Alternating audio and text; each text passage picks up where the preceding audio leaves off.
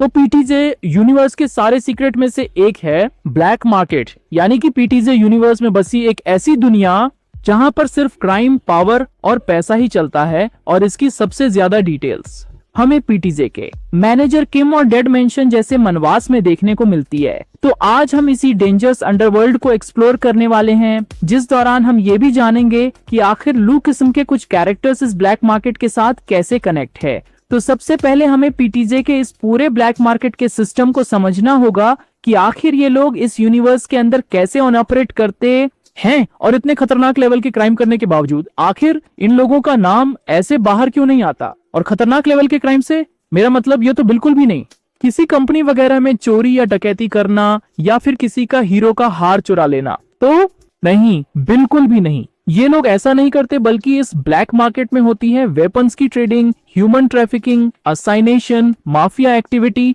और भी बहुत सारी इलीगल चीजें। मतलब इसे सरल भाषा में कहा जाए तो यहाँ पर गुड़िया से लेकर पुड़िया तक सब कुछ बिकता है, और इसकी ज्यादातर विवरण हमें मैनेजर किम के मनवा में ही मिलती है। वास्तव में इस मनवा के अंदर यह भी खुलासा कर दिया गया है कि आखिर इस पूरे ब्लैक मार्केट को कौन नियंत्रित करता है। खैर, इस व्यक्ति को लोग किंग के नाम से ही जानते हैं, और यह व्यक्ति उन चुनिंदा लोगों में से है जो इस पूरे पीटीजे यूनिवर्स के अंदर काफी सारी चीजों को अपने हिसाब से कंट्रोल में रखते हैं। मतलब अगर कोई इनकी बात नहीं मानता, या फिर बहुत ज्यादा ही उछलने लगता है, या फिर किसी को किसी की सुपारी वगैरह देनी है, और यह सब काम हो जाने के बाद पुलिस के फालतू लफड़ों में नहीं पड़ना, तो ऐसे लोग ब्लैक मार्केट को अंधा पैसा खिलाते हैं, और उसके बदले में ब्लैक मार्केट अपने कॉल सेंटर से ऑपरेट करता है और अपने सारे बाउंटी हंटर्स और असासिन को एक मैसेज के थ्रू डिटेल्स भेजता है कि भाई फलाने फलाने बंदे या बंदी को तुम लोगों को इस समय के अंदर टपकाना है, और यह काम करने वाले को हम लोग भर भर के पैसा देंगे। और जहां पर पैसों की बात आती है तो वहां पर हमारा जून को कैसे पीछे हट सकता है। अब इस कैरेक्टर के बारे में मुझे कुछ ऐसे ज्यादा बताने की जरूरत नहीं है, समझने वाले तो समझ ही गए होंगे, लेकिन फिर भी कुछ खास चीजें बता देता हूं कि हमारा जून को इस ब्लैक मार्केट वाले काम को एक पार्ट टाइम जॉब की तरह करता है, जिसमें वह अपनी मर्जी का मालिक है। उसको बस तगड़ी रकम मिलनी चाहिए, उससे फर्क नहीं पड़ता कि उसके सामने कौन आता है। इनफैक्ट अभी मैनेजर किम के लेटेस्ट चैप्टर 181 के अंदर भाई साहब की काफी देरी से एंट्री हुई है। अगर थोड़ा भी जल्दी आता तो ये उस ब्लैक मार्केट के किंग से भी मिल लेता। वेलो के उस लड़ाई के स्पॉट पर पहुंचने के बाद उसके टकलू बड़ी की इंजर्ड बॉडी के पास खड़ा होता है ब्लैक मार्केट का नंबर 6, जिसका नाम होता है कोड नेम टाइटन, और वह ऐसे गो के सामने चौड़ में आ जाता है, क्या साले तू है कौन और तेरी औकात क्या है हमारे सामने खड़े रहने की। और ये बातें वो गो के ऊपर गन तान कर कह रहा होता है, आई मीन सीरियसली गन। लेकिन हमारा गो आधे से भी आधे सेकंड में टाइटन के उस हाथ को एक टूटी हुई कंघी से फोर आर्म से ही अलग कर देता है। अम्मा वेल लुक के कुछ और भी ऐसे कैरेक्टर्स हैं जो ब्लैक मार्केट से शायद से जुड़े हो सकते हैं, लेकिन उन पर जाने से पहले हमें ब्लैक मार्केट के और भी ज्यादा कनेक्शंस के बारे में जानना होगा, और कुछ हद तक यह कनेक्शन हमें पीटीजे की डेड मेंशन मानव में देखने को मिलते हैं।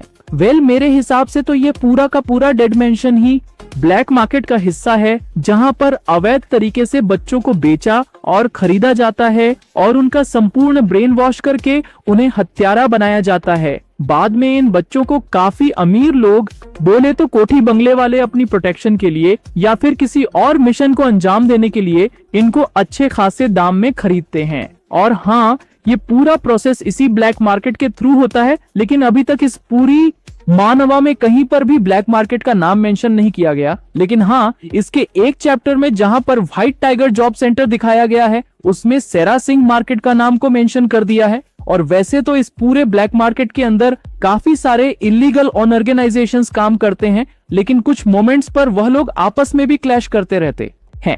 अब जैसा कि मैंने आगे बताया कि डेड मेंशन भी ब्लैक मार्केट का ही एक हिस्सा है, और इनके द्वारा बनाई गई प्रोडक्ट के कस्टमर भी काफी ज्यादा प्रीमियम होते हैं, और ऐसे ही प्रीमियम कस्टमर्स में से एक है यामाजाकी।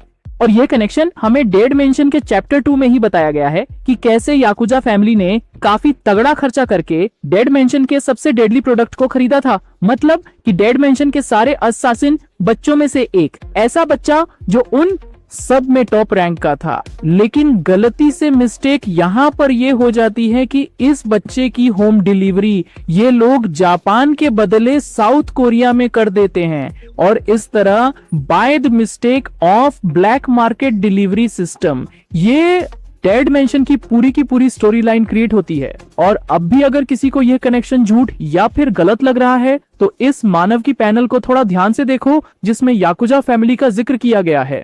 अब भले ही इसमें याकुजा फैमिली कहा गया है लेकिन इसके अंदर लोगो तो यामाजाकी का ही है ना।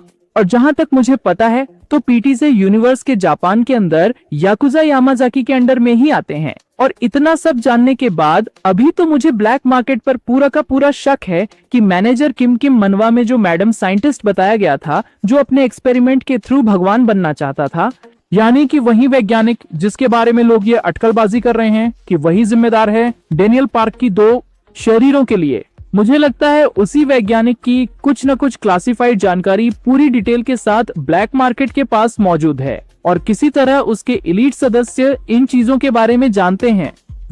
अगर आप मेरी इन बातों से एग्री या डिसएग्री करते हो तो इस बारे में मुझे कमेंट में जरूर बताना। तो चलो अब फाइनली बात कर लेते हैं लूकीज के कुछ कैरेक्टर्स की जो हो सकता है कि किसी ना किसी तरीके से ब्लैक मार्केट के साथ इन्वॉल्व है या फिर किसी ना किसी तरीके से उनके साथ कम कर चुके हैं। अब जैसा कि मैंने इस वीडियो की शुरुआत के टाइम ही बताया था कि इस ब्लैक मार्केट के अंदर पुड़िया से लेकर गुड़िया तक सब कुछ बिकता है और पुड़िया नाम प्रोनाउंस करके। मैं क्या कहना चाह रहा हूँ ये प्लीज आप लोग समझ जाना, क्योंकि मैंने अगर YouTube पर ऐसे आपत्तिजनक शब्दों का प्रयोग किया तो सरकार कहीं बेयर बाइसेप की तरह मेरा ट्राइसेप ना सूझा।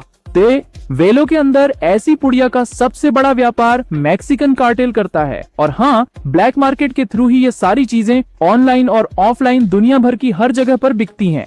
तो हाँ, गीते किम जैसा माफिया ब्लैक मार्केट के साथ सीधे या फिर अप्रत्यक्ष रूप से कैसे न कैसे जुड़ा हुआ है। उम्मीद है कि हमें भविष्य में इसके बारे में और भी ज्यादा बताया जाए। और बात अगर किम की निकली है तो उसके पालतू कुत्ते तेजिन चौन को कैसे भूल सकते हैं। दिखावे के लिए भले ही वह जूनगो का कुत्ता है लेकिन अतीत में उसने गीते के लिए अच्छे खासे काम किए हैं। तो हाँ, वह भी किसी न किसी तरीके से इस ब्लैक मार्केट में जुड़ा है। और रही बात टॉमली और व्हाइट टाइगर जॉब सेंटर की, तो उन सब की राइवलरी ब्लैक मार्केट के साथ अभी भी मैनेजर के मानव में चल रही है। और गलती से भी टॉमली जैसे महामानुष को थोड़ा सा भी सीधा मत समझना। ये शुगर दादू पैसों के पीछे इतने पागल है कि अगर तगड़ी रकम मिले तो वो मैनेजर किम को ब्लैक मार्केट के मिशन पर भी भेज दे। और आखिर में आता है यूजीन और उसकी वर्कर्स गैंग जो इलीगल हेल अरेना से लेकर मदहोश करने वाली वीवी कुकीज को बेचा करते थे। हालांकि अभी वो सारी चीजें बंद हो चुकी है, लेकिन जैसा कि हम जानते हैं कि लूक इसमें वर्कर्स का काफी फैला हुआ बिजनेस है और इसी वजह से मुझे लगता है कि वो ब्लैक मार्केट से कुछ कनेक्टेड है और यही वीकनेस हो सकती है वर्कर्स की, जिसे दिखाकर जेम्स ली यूजीन के साथ काम कर रहा था। और आखिरी बार लुक में जब हमने यूजीन को देखा था तो वो टॉमली के साथ फोन पर कैमरो की डेथ के बारे में बातें कर रहा था, जिस दौरान वो टॉमली की फीस को चुकाने के लिए वर्कर्स के हेडक्वार्टर्स का यूज करने वाला था। और क्या पता कि उसे हेडक्वार्टर्स का कनेक्शन कहीं ना कहीं ब्लैक मार्केट के साथ भी हो। तो ये थे कुछ डायरेक्ट और इनडायरेक्ट कनेक्शन पीटीजे यूनिवर्स के पूरे ब्लैक मार्केट के। हो सकता है कि मेरी कुछ बातों को लेकर आप पूरी तरह से सहमत ना हो, लेकिन मैंने अपनी तरफ से पूरी कोशिश की है कि मैं आपको इस विषय के बारे में अच्छे से बता पाऊं। तो अगर आपको ये वीडियो और मेरे प्रयास थोड़े से भी पसंद आए हैं, so please like this video, and if you are new to the channel, please subscribe to this channel, and if you have any theory related to PTJ's black market, please don't forget to tell me in the comments, and very soon I'll meet you with another new video.